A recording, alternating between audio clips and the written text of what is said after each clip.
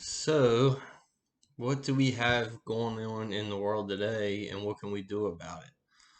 Well, there's a lot of things going on in the world today that probably don't sit well with most Christians.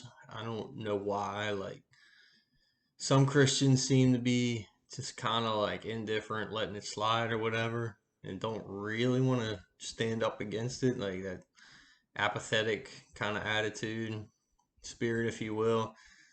But I just don't think that's going to get it done. And I'm speaking not just about others or for others, but I'm saying with like for myself because I'm no better. I do all the same things that other people do.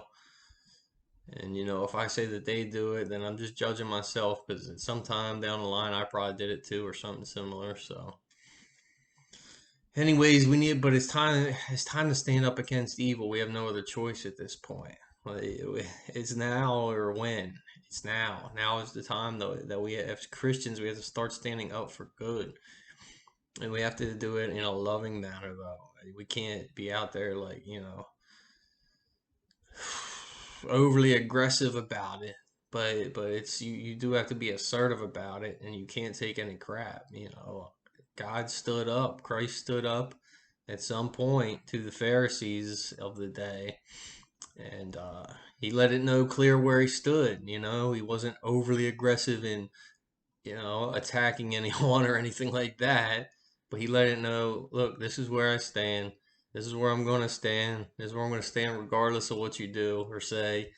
That's some of the cool stuff about it, man. Like, I'm standing here, and if you want to stand over in the evil area, then fine, but I really wish you wouldn't. That was kind of, see me, that seemed to be God's attitude about it the whole time.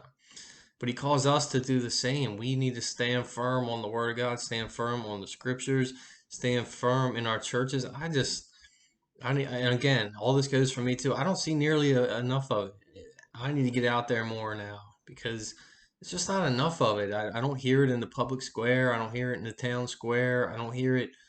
Yeah, I mean, you hear it in the churches, but you just don't hear what I wish and what I desire the conversation to be, circulating about Christ and standing up for the Word of God. I just don't hear enough of it around in public, in the grocery store. I don't. I would love to hear it everywhere. A lot of what I say, people think I'm just, you know, oh, he wants too much. He wants too much, or it's not all about what he wants. But yeah, and they're right. It's not about what I want, but I think what Christ wants is for the narrative to be about Him. It is the gospel is Christ after all, and we just go about business as usual while God's like off in the distance somewhere. And now is the time to stand up. Then for God so loved the world, He gave His only begotten Son, that whomsoever believes in Him shall not perish but have everlasting life. Yeah, that's great. That gets you saved, but what are we fighting for?